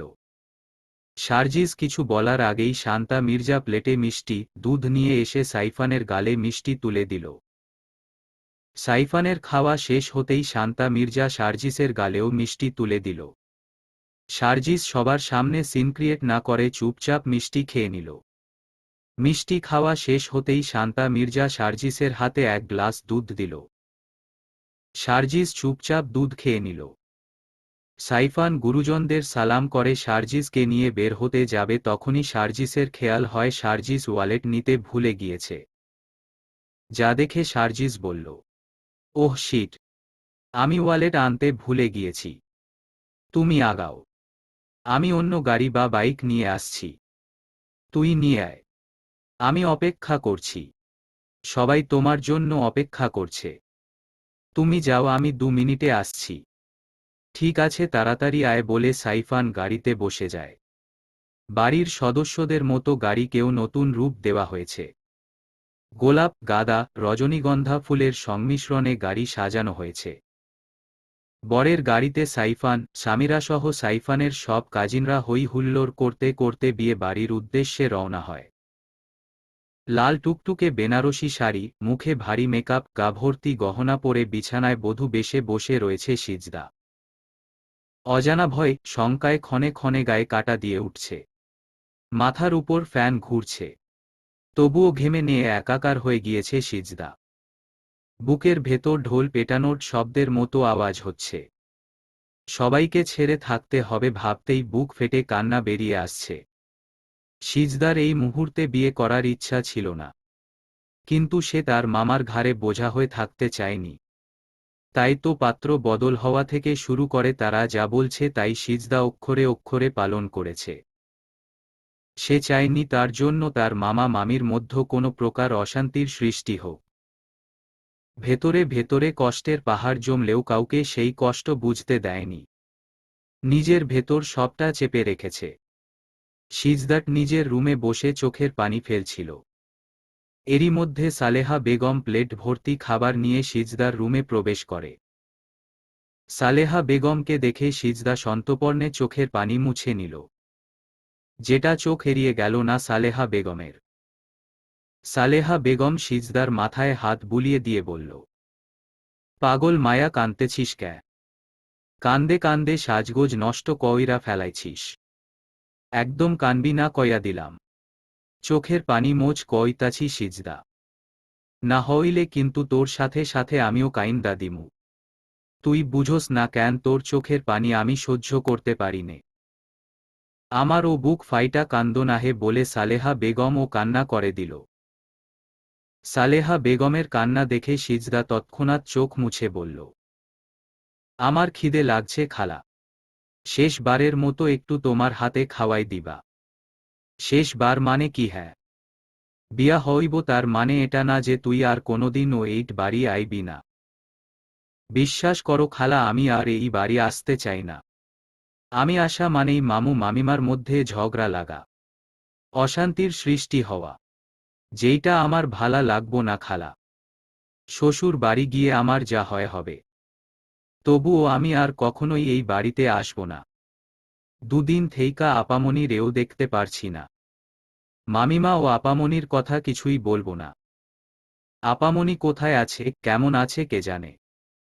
আপামনির জন্য চিন্তা হচ্ছে। এসব হইছে আমার জন্য। আমার জন্য হয়তো বাড়ির মায়া বাড়ি ছাইরা অন্য কোথাও চইলা গেছে। নিজেরে অনেক অপরাধী মনে হইতাছে খালা। জাহান্নামে যা, তাতে তোর কি? যে মায়া তোরে দু চক্ষে সহ্য করতে পারে না, তার লাইগা তোর দরদ উথলে পড়ছে ক্যারে। আপামনির চিন্তা তোর করণ লাগতো না। তার চিন্তা করণোর লাইগা বহুত মানুষ আছে। তুই চুপচাপ খা বলে সালেহা বেগম সিজদার গালে খাবার তুলে দিলেন। সিজদা কয়েক লোকমা খাওয়ার পর আর খেতে পারল না। সালেহা বেগম ও জোর না করে খাবারের প্লেট নিয়ে সিজদার রুম থেকে বেরিয়ে আসল। তিনি বেরিয়ে আসতেই সিজদা আয়নার সামনে দাঁড়িয়ে নিজেকে দেখে যেন অবাক হয়ে গেল। নিজেরই নিজেকে চেনা দায় হয়ে গেল সিজদার। এরই মধ্যে নিচ থেকে বর এসেছে বলে চিৎকার চেঁচামেচি শোনা গেল। বর এসেছে শুনেই সিজদার হার্টবিট বেড়ে গেল। চেনা না জানা না সম্পূর্ণ অপরিচিত একটা মানুষের জন্য অদ্ভুত এক অনুভূতির সৃষ্টি হল। সাইফান গাড়ি থেকে নামতেই বিথি চৌধুরী সাইফানের গলায় একটা স্বর্ণের চেইন পরিয়ে দিয়ে মিষ্টি মুখ করালেন। বিথি চৌধুরীর চেহারা দেখেই বোঝা যাচ্ছে সে জামাইকে সাদরে গ্রহণ করতে স্বেচ্ছায় আসেননি। তাকে ফোর্স করে নিয়ে আসা হয়েছে। মুখখানা কেমন ভার করে রেখেছেন তিনি। মিষ্টি মুখ শেষ হলে সাইফানকে প্রবেশদ্বারে ফিতা কাটার জন্য নিয়ে যাওয়া হল। ফিতা টেনে তারা দেয়াল তৈরি করে রেখেছেন। অপর প্রান্তে কেচি হাতে নিয়ে দাঁড়িয়ে রয়েছে সুন্দরী সুন্দরী রমণীট। তাদের দাবি ফিতা নামক এই দেয়াল টপকাতে হলে তাদেরকে সম্মানী স্বরূপ 50,000 টাকা দিতে হবে। এই নিয়ে দুপক্ষের মধ্যে কিছুক্ষণ কথা কাটাকাটি হতে লাগল। এক পর্যায়ে বিরক্ত হয়ে হালিমা বেগম তাদের হাতে 30,000 টাকা ধরিয়ে দিল। টাকা হাতে পেতেই মেয়েগুলো আনন্দ উল্লাসে মেতে উঠল। সাইফানের হাতে ফিতা কাটার জন্য কেচি দেওয়া হল। সাইফান ফিতা কাটতেই তার মাথায় ফুল ছিটিয়ে দিতে লাগল সবাই। যথারীতি সাইফানকে ভেতরে নিয়ে গিয়ে বরের আসনে বসিয়ে দেওয়া হল। সাইফানের দুচোখ তখন শুধুমাত্র সার্জিসকে খুঁজে চলেছে। সাইফান কয়েকবার সার্জিসের নাম্বারে কল দিল। কিন্তু কল রিসিভ হলো না। সাইফান ফোন পকেটে রেখে এদিক ওদিক চোখ বুলিয়ে নিল, কিন্তু সার্জিসের কোনো দেখা মিলল না। সাইফানকে এদিক ওদিক তাকাতে দেখে সামিরা এসে বলল, ভাবি মনিকে খুঁজছ বুঝি? তাকে এখন খুঁজে কোনো লাভ হবে না ভাইয়া, সবে মাত্র এলে সবুর করো, সবুরে মেওয়া ফলে। তুই 4 লাইন বেশি বুঝিস। তোকে কে বলল আমি তোর ভাবি মনিকে খুঁজছি? তো কাকে খুঁজছ? আমি বুঝি না মনে করছো? আমি জানি তুমি মনে মনে বলছো নয়ন ও ঘুরাইয়া খুঁজিই তোমারে তোমারে। আমি তাকে খুঁজছি না, আমি খুঁজছি সার্জিসকে। সার্জিস এখনো আসেনি। ও তো বলেছিল তাড়াতাড়ি চলে আসবে, কিন্তু দেখ এখনো আসার কোনো খবর নেই। ফোন দিচ্ছি, ফোন ও রিসিভ করছে না। বাড়িতে কল করলাম, বলল সার্জিস অনেক আগেই বাড়ি থেকে বেরিয়ে পড়েছে, অথচ এখনো বিয়ে বাড়ি এসে পৌঁছায়নি। কি যে করছে ছেলেটা, বড্ড টেনশন লাগছে। রাস্তায় কোন বিপদ আপদ হলো না তো আবার? নো টেনশন ডু ফুর্তি। ভাইয়ার এক জবান। ভাইয়া যখন আসবে বলে কথা দিয়েছে, সে তার কথার খেলাপ করবে না। ভাইয়া ঠিক চলে আসবে, তুমি টেনশন করো না। এনজয় ইউরসেলফ বলতেই কোথা থেকে এক ঝাঁক তরুণী ছুটে এলো। তারা সাইফানের সাথে হাসি ঠাট্টা করতে শুরু করল। কেউ কেউ আবার সেলফি তুলতে লাগল। কিছুক্ষণ পর সিজদাকেও নিয়ে আসা হলো। সিজদা সাইফান দুজনের মাঝখানে একটা পর্দা টানিয়ে দুজনকে দুই পাশে বসিয়ে দেওয়া হলো। সাইফান তখনও সিজদার মুখখানা দেখেনি। সাইফান পর্দা সরাতে ইতস্তত বোধ করছে দেখে সামিরা তাদের মাঝখান থেকে পর্দা সরিয়ে দিল। পর্দা সরাতেই যেন সাইফানের মাথায় আকাশ ভেঙে পড়ল। সাইফান পর্দা সরাতে ইতস্তত বোধ করছে দেখে সামিরা তাদের মাঝখান থেকে পর্দা সরিয়ে দিল। পর্দা সরাতেই যেন সাইফানের মাথায় আকাশ ভেঙে পড়ল। আবারও আশাহত হয় সে। সিজদার মাথায় ঘোমটা টানা রয়েছে। সাইফান ভেতরে ভেতরে তার প্রেয়সীর মুখখানা দেখার জন্য ছটফট করলেও কিছু না বলে কাঙ্ক্ষিত সময়ের জন্য অপেক্ষা করতে লাগল। অবশেষে সেই কাঙ্ক্ষিত মুহূর্ত উপস্থিত হল। সিজদা সাইফান 3 কবুল বলে বিবাহ বন্ধনে আবদ্ধ হল। বিয়ের কার্যক্রম শেষ হতেই সামিরা একটা বড় আয়না এনে তাদের সামনে ধরল। সাইফান সিজদা আয়নার মধ্যে প্রথমবারের মতো দুজন দুজনকে দেখল।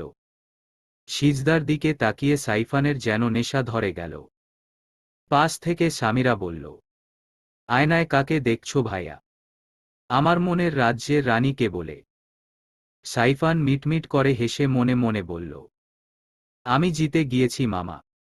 কালা হয়েও এত ভালো বউ পাবো এটা তো স্বপ্নেও ভাবিনি। আমার মনটা তো পেখম তুলে নাচতাছে। সাইফানকে হাসতে দেখে সামিরা বলল, দিল্লিকা লাড্ডু খাচ্ছ নাকি মনে মনে? তুই কিন্তু বড্ড বার বেড়েছিস সামিরা। বড় ভাইয়ের সাথে মশকরা করছিস।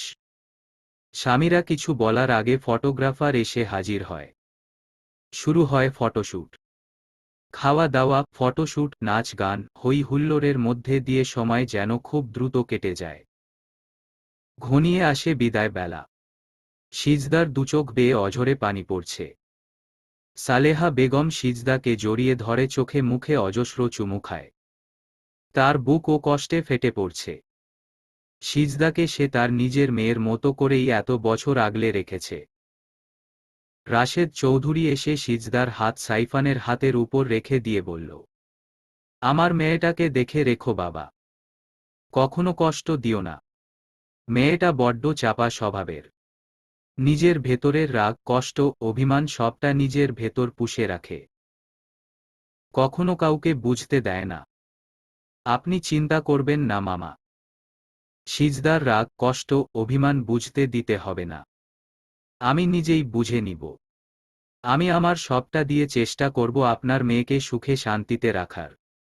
যে হাত একবার ধরেছি মৃত্যুর আগ পর্যন্ত সেই হাত ছাড়ব না। আপনি নিশ্চিতে থাকতে পারেন মামা। আমি মনে মনে এতদিন সিজদার জন্য তোমার মতোই একটা ছেলে খুঁজছিলাম। এবারে আমি একটু শান্তিতে থাকতে পারবো বলতে বলতে চোখ ভিজে উঠল রাশেদ চৌধুরীর। সিজদার কান্না থামছেই না। সালেহা বেগমকে জড়িয়ে ধরে কান্না করেই যাচ্ছে। সারাদিন কান্না করার দরুন সিজদা নাক লাল টুকটুকে হয়ে গিয়েছে। চোখ দুটো ফুলে উঠেছে। তবুও তার কান্না শেষ হচ্ছে না। সিজদা খুব করে চাইছিল বিথি চৌধুরী এসে তাকে একটু বুকে জড়িয়ে নিক, কিন্তু বিথি চৌধুরীর দেখা মেলে না। সালেহা বেগম অনেক বুঝিয়ে শুনিয়ে সিজদাকে গাড়িতে তুলে দিয়ে আসে। সিজদা তখনও কেঁদেই চলেছে। সাইফান সিজদার হাতের উপর হাত রাখতে গিয়েও বারবার হাত সরিয়ে নেয়। সিজদার চোখের পানি সহ্য হচ্ছে না তার। খুব ইচ্ছে করছে নিজের হাতে সিজদার চোখের পানি মুছে দিতে। সাইফান নিজের ইচ্ছাকে দমিয়ে রেখে পকেট থেকে রুমাল বের করে সিজদার সামনে ধরে বলল, চোখের পানি মুছে নাও। সিজদা একবার সাইফানের দিকে তাকিয়ে তার হাত থেকে রুমাল নিয়ে চোখ মুছে নিল। কান্না থেমে গেছে তার, কিন্তু মাঝে মধ্যে হেঁচকি উঠছে। সিজদার এই অবস্থা দেখে সাইফান আর নিজেকে ধরে রাখতে পারল না। সাইফান সন্তর্পণে সিজদার এক হাত নিজের হাতের মুঠোয় পুরে নিল। সিজদা সাইফানের হাত ধরে তার নতুন ঠিকানায় রওনা হয়। ফুলে ফুলে সজ্জিত বিছানায় এক হাত ঘোমটা টেনে বসে রয়েছে সিজদা। বাহারি রঙের ফুল দিয়ে বাসর ঘর সাজানো হয়েছে। চারিদিকে ফুলের তাজা ঘ্রাণের মৌ মৌ গন্ধ ভেসে আসছে সিজদার নাকে। শুভ্র রাঙ্গা বিছানায় লাভ শেপ করে তার মধ্যে এসএস লিখে রাখা হয়েছে। ঘরের দেয়াল ও কর্নারে কালারফুল লাইটিং করা হয়েছে। সেখান থেকে মৃদু আলো ছড়িয়ে পড়েছে রুমের চারিদিকে। সেই সাথে উঠানামা করছে সিজদার বক্ষস্থল। অজানা ভয়ে জেকে বসেছে তার ভিতরে। স্বামী নামক অপরিচিত ব্যক্তিটাকে নিয়ে নানান ধরনের চিন্তা ভাবনা আসছে সিজদার মনে। চৌধুরী ভিলার পাশের ফ্ল্যাটে রত্না নামে একটা মেয়ে কাজ করত। সিজদার সাথে ভালো সম্পর্ক ছিল তার। রত্না সিজদাকে বলেছিল তার বাসর রাতের কথা। তার স্বামী নামক ব্যক্তিটার পশুর মতো তার উপর ঝাঁপিয়ে পড়ে তাকে খুবলে খুবলে খাওয়ার কথা। সেসব কথা মনে পড়তেই সিজদার ভয় আরও বেড়ে গেল। হার্টবিট দ্রুত গতিতে লাফাতে শুরু করল। সিজদার ভাবনার মাঝেই খট করে দরজা খোলার আওয়াজ হয়। ভয় কেঁপে উঠে সিজদা। খামচে ধরে শাড়ির আঁচল। কপাল থেকে বিন্দু বিন্দু ঘাম বের হয়।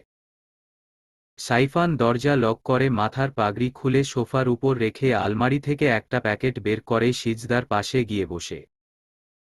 সিজদা সাইফানের উপস্থিত টের পেয়ে কাঁপা কাঁপা স্বরে সাইফানকে সালাম দেয়। সিজদার কণ্ঠস্বর শুনে ভালো লাগা ছেয়ে গেল সাইফানের মনে। আহা কি মিষ্টি কণ্ঠস্বর! সাইফান সালামের উত্তর নিয়ে বলল, আজ সারারাত কি এভাবেই ঘোমটা দিয়ে রাখার পণ করেছ? অবশ্য তুমি চাইলে ঘোমটা দিয়ে থাকতেই পারো, আমার কোনো সমস্যা নেই। সাইফানের কথা শুনে সিজদা তড়িৎ গতিতে মাথার ঘোমটা সরিয়ে নিল।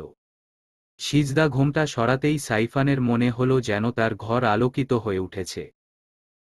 সাইফান মুগ্ধ দৃষ্টিতে সিজদার দিকে তাকিয়ে রইল কিতক্ষণ। তার চোখের পলক যেন পড়তেই চাচ্ছে না। সাইফানের এহেন কার্যে সিজদার লজ্জা অস্বস্তি টের পেয়ে সাইফান চোখ নামিয়ে নিয়ে সিজদার সামনে প্যাকেটটা রেখে দিল।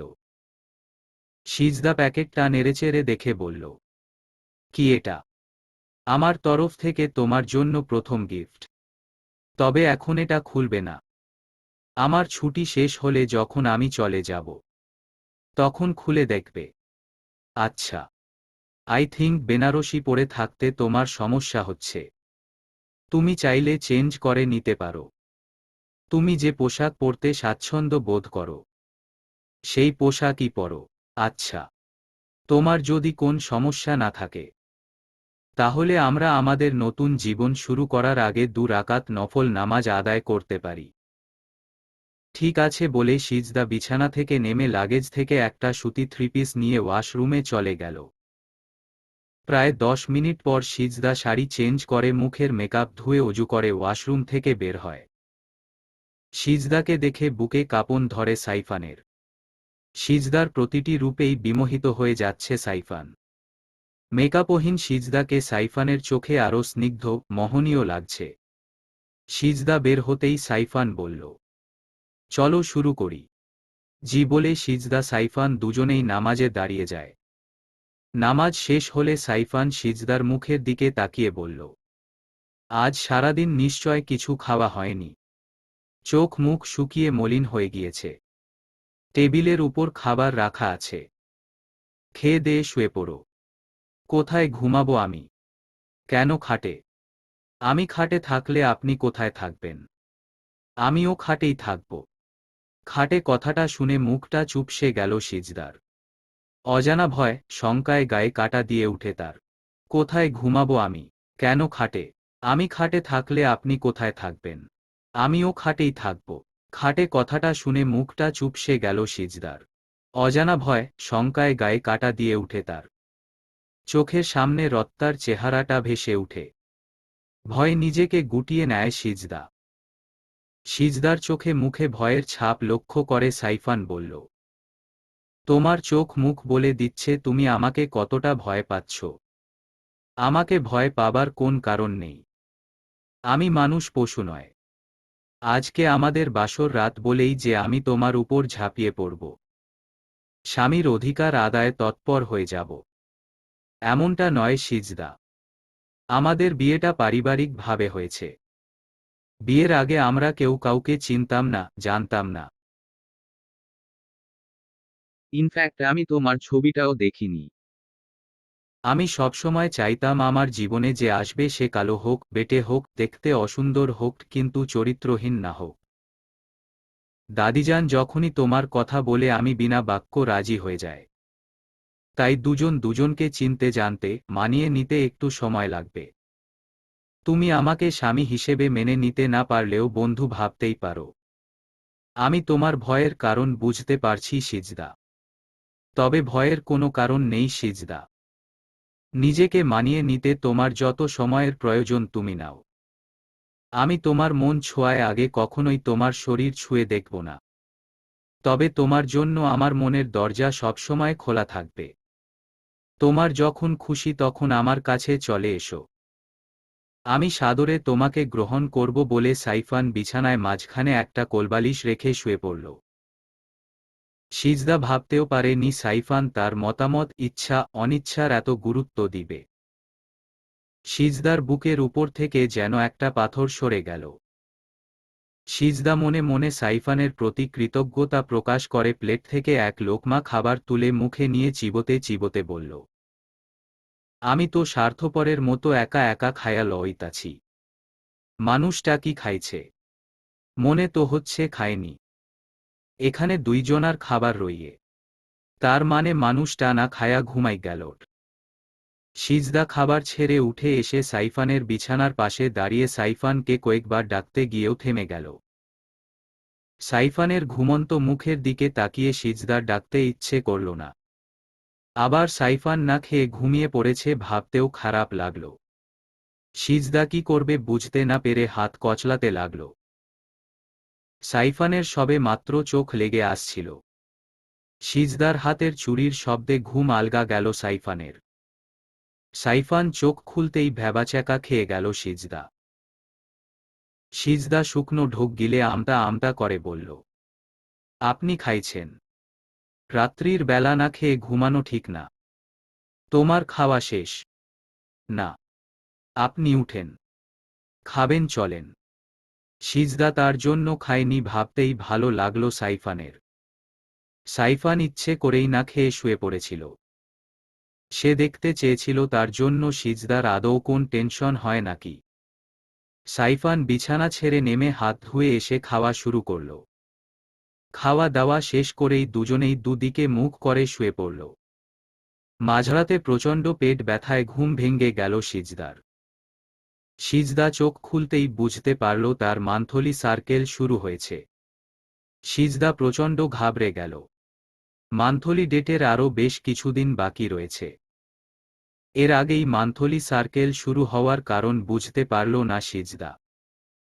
সিজদা বিছানা ছেড়ে নেমে লাগেজ থেকে প্রয়োজনীয় জিনিস নিয়ে ওয়াশরুমে ঢুকতে গিয়ে দেখল সাদা সাদা টাইলসে ছোপ ছোপ দাগ ফুটে উঠেছে। সিজদা ওয়াশরুম থেকে ফ্রেশ হয়ে এসে সেগুলো পরিষ্কার করবে ভাবতেই ওয়াশরুমে চলে গেল। প্রায় 10 মিনিট পর সিজদা ফ্রেশ হয়ে এসে দেখে টাইলস একদম পরিষ্কার, কোথাও কোনো দাগ নেই। খাটের দিকে চোখ পড়তেই দেখল সাইফান ও রুমে নেই। সিজদা জানে সাইফানই এটা পরিষ্কার করেছে। সিজদা সাইফানকে যত দেখছে ততই অবাক হচ্ছে। একটা মানুষ এত ভালো হয় কি করে?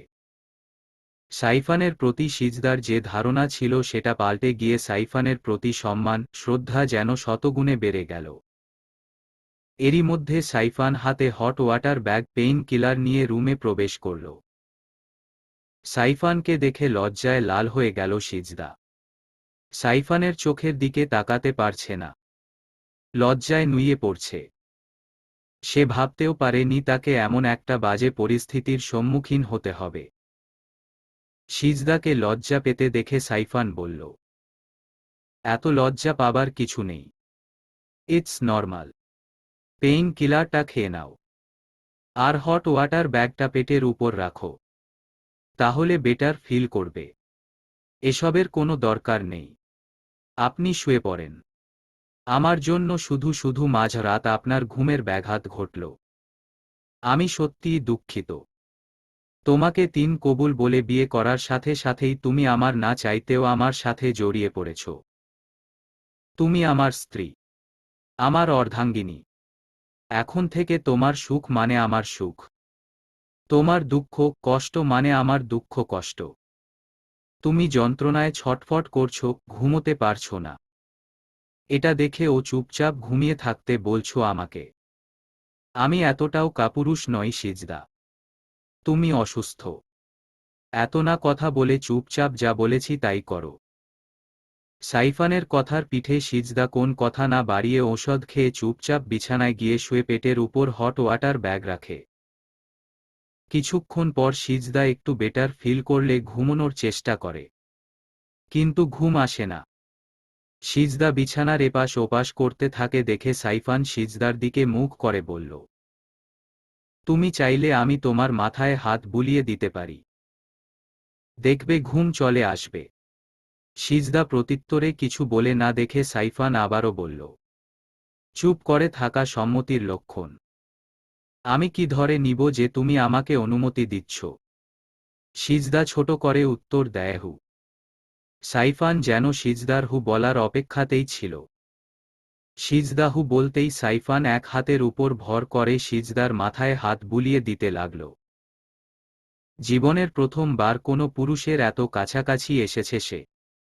সাইফানের স্পর্শে সিজদার শরীর শিউরে উঠল, দাঁড়িয়ে গেল শরীরের সমস্ত লোমকূপ। আবেশে চোখ বন্ধ হয়ে এলো তার। মিনিট কয়েক অতিবাহিত হবার পর সিজদা ঘুমের রাজ্যে পাড়ি জমাল। ফজরের আজানের মিষ্টি ধ্বনিতে মুখরিত হয়ে উঠেছে চারিপাশ। দূরের মসজিদ থেকে সাইফানের কানেট ভেসে আসছে, আসসালাতু খৈরুম মিনান নাওম। সাইফান তড়িৎ গতিতে বিছানা ছেড়ে ওয়াশরুমে চলে যায়। প্রায় 7 মিনিট পর সাইফান অজু করে ওয়াশরুম থেকে বের হতেই তার চোখ বিছানায় বিড়াল ছানার মতো গুটিসুটি মেরে শুয়ে সিজদার দিকে যায়। আজানের কিছুক্ষণ আগে ঘুমিয়েছে সিজদা। ঘুমন্ত সিজদাকে বড্ড মায়াবী লাগছে সাইফানের কাছে। ইচ্ছে করছে সিজদার কপালে নিজের অধর ছুঁয়ে দিতে। সাইফান সিজদার দিকে গুটি গুটি পায়ে এগিয়ে আসে। সিজদার কপালে নিজের ঠোঁট ছুঁয়ে দিতে গিয়েও কিছু একটা ভেবে সিজদার গায়ে কাঁথা টেনে দিয়ে সাইফান গায়ে সাদা পাঞ্জাবি জড়িয়ে মাথায় টুপি দিয়ে মসজিদের উদ্দেশ্য বেরিয়ে পড়ে। সাইফান রুম থেকে বের হতেই চোখ খোলে সিজদা। সিজদার অনেক সকাল সকাল ঘুম থেকে উঠার অভ্যাস, যার দরুন অনেক আগেই ঘুম ভেঙেছে তার। কিন্তু রাতের ঘটনার পর সাইফানের মুখোমুখি হতে লজ্জা লাগছিল তার। তাই তো ঘুম ভেঙে যাওয়ার পরেও ঘুমের ভান ধরে পড়েছিল সিজদা। সাইফান যখন সিজদার কাছাকাছি এসেছিল সিজদার বুকের ভেতর যেন কালবৈশাখী ঝড় শুরু হয়ে গিয়েছিল। সিজদার দম বন্ধ হয়ে আসছিল, মনে হচ্ছিল যেন এই মুহূর্তে সে দম বন্ধ হয়ে মারা যাবে। অনেক কষ্টে নিজেকে সামলেছিল সিজদা। সেসব কথা মনে পড়তেই লজ্জায় লাল হয়ে যায় সিজদার মুখ। সিজদা দু হাতে নিজের মুখ ঢেকে নিয়ে বলল, ইস, কি লজ্জা, কি লজ্জা! মানুষটা আমার এত কাছাকাছি ছিল। ডাক্তারবাবুর মতো ইনিও বড্ড ভালা মনের মানুষ। মাত্র কয়েক ঘন্টার পরিচয় মানুষটার সাথে, অথচ আমার কত খেয়াল করছে। মনে হচ্ছে কত বছরের চেনা জানা। বড্ড আপন আপন লাগছে মানুষটাকে। আমার মতো অভাগীর জীবনেও এমন একটা মানুষ আইব আমি কখনোই ভাবতে পারিনি। আমার যে ডর লাগতেছে। এত সুখ সইবে তো আমার কপালে। আমার মতো অভাগীর জীবনেও এমন একটা মানুষ আইব আমি কখনোই ভাবতে পারিনি। আমার যে ডর লাগতেছে। এত সুখ সইবে তো আমার কপালে। সিজদা আর ভাবতে পারে না কিছু। চোখ ভিজে আসে তার। সিজদা বিছানা ছেড়ে নেমে ওড়না কোমরে গুজে ঝটপট কাজে লেগে পড়ে। বাসরের ফুল ফেলে দিয়ে বিছানা পরিপাটি করে রেখে ফ্লোর মোছার কাজে লেগে পড়ে। নিজের কাপড় চোপড় কারবাডে সুন্দর করে গুছিয়ে রাখে। রুমের প্রত্যেকটা আসবাবপত্র মুছে আবার জায়গা মতো রেখে দেয়। এরই মধ্যে হালিমা বেগম শাড়ি গয়না নিয়ে তার রুমে প্রবেশ করে। হালিমা বেগমকে দেখে সিজদাট কোমর থেকে ওড়নাটা খুলে গায়ে জড়িয়ে নেয়। সিজদাকে দেখে হালিমা বেগম মিষ্টি হাসি দিয়ে বলল, এতদিন একটা কথা শুনে এসেছি, ঢেকি স্বর্গে গেলেও নাকি ধান ভানে। আজ সেটা স্বচোখে দেখতে পেলাম। তুমি এ বাড়ির বউ, কাজের মেয়ে নও সিজদা। এ বাড়িতে এতগুলো কাজের লোক থাকতেও তুমি সকাল সকাল এগুলো কি শুরু করেছ? হালিমা বেগমের ধমকে কেঁপে উঠে সিজদা। সে আমতা আমতা করে বলল, দাদিজান, দৈনিক এই কাজগুলো করতে করতে অভ্যস্ত হয়ে গেছি। সকাল সকাল ঘুম ভেঙ্গে গেছে। কি করতাম আমি? তাই তো কাজে লাইগা পড়ছি। এখন থেকে তোমাকে আর কোনো কাজ করতে হবে না সিজদা।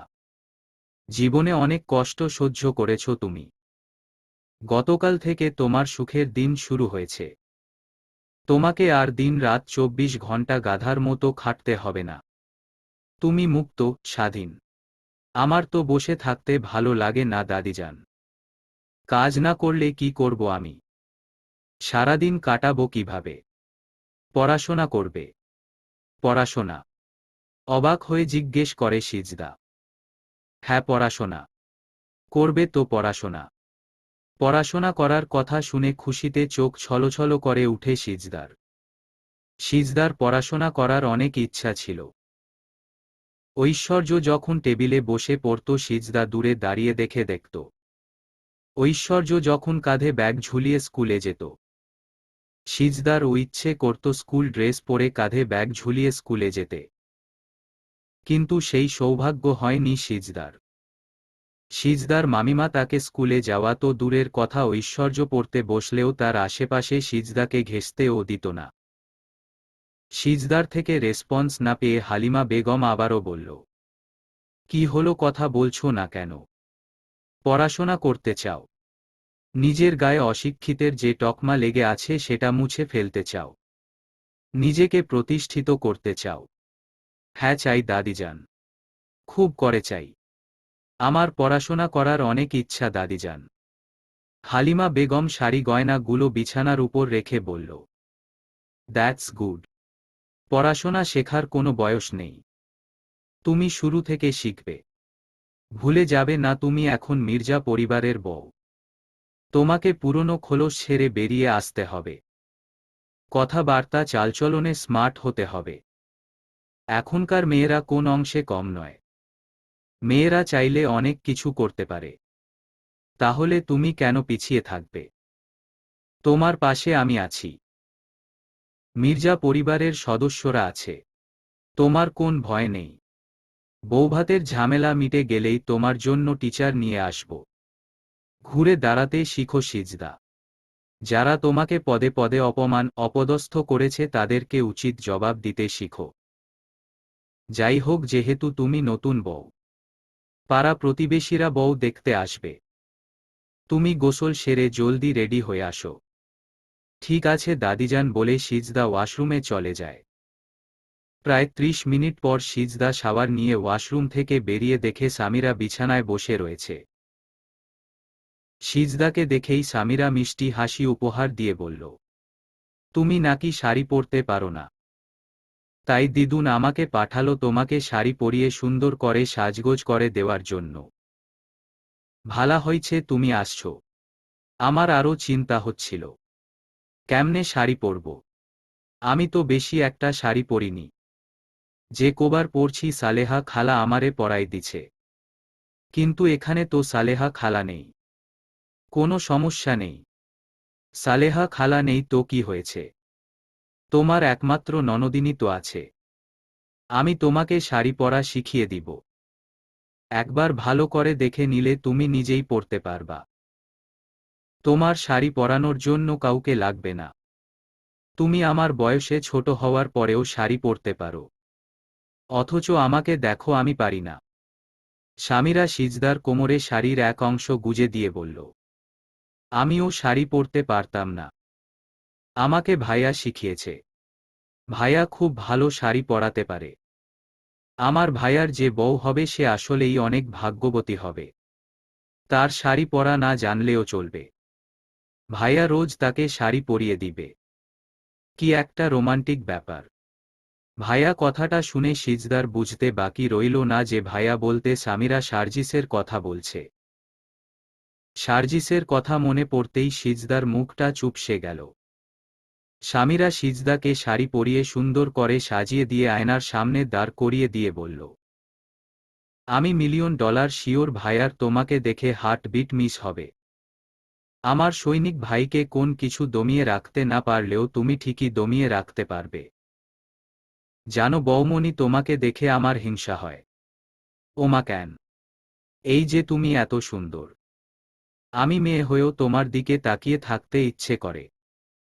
তোমার হাসি মুখখানা দেখলে মন ভালো হয়ে যায়। তুমিও অনেক সুন্দর সামিরা। সবচেয়ে বড় কথা তোমার মন সুন্দর। যার মন সুন্দর হয় তার সব কিছুই সুন্দর হয়। থ্যাংক ইউ সো মাচ বৌমনি। আমি নিচে যাচ্ছি, তুমি তাড়াতাড়ি নিচে এসো। সবাই নতুন বউ দেখার জন্য অধীর আগ্রহে অপেক্ষা করছে। ঠিক আছে, তুমি যাও, আমি আসছি। আচ্ছা বলে সামিরা রুম থেকে বেরিয়ে আসে। সামিরার যাওয়ার পানে তাকিয়ে সিজদা মনে মনে বলল, আমিও ভাগ্যবতী কম নই সামিরা। মানুষটা আমাকে না দেখে আমি কাজের মেয়ে জেনেও আমাকে বিয়ে করেছে। সে আমাকে যে সম্মানটুকু দিয়েছি সেটা হয়তো আমার পাওয়ার কথা ছিল না। এমন একটা মানুষের বউ হওয়া চাটে খানি কথা নয়। আমি সার্জিস মির্জার কাছে কৃতজ্ঞ। তিনি বিয়েটা ভেঙ্গে দিছিলেন বলেই আমি একজন ভালো মানুষকে আমার মতো অভাগীর জীবনে পাইছি।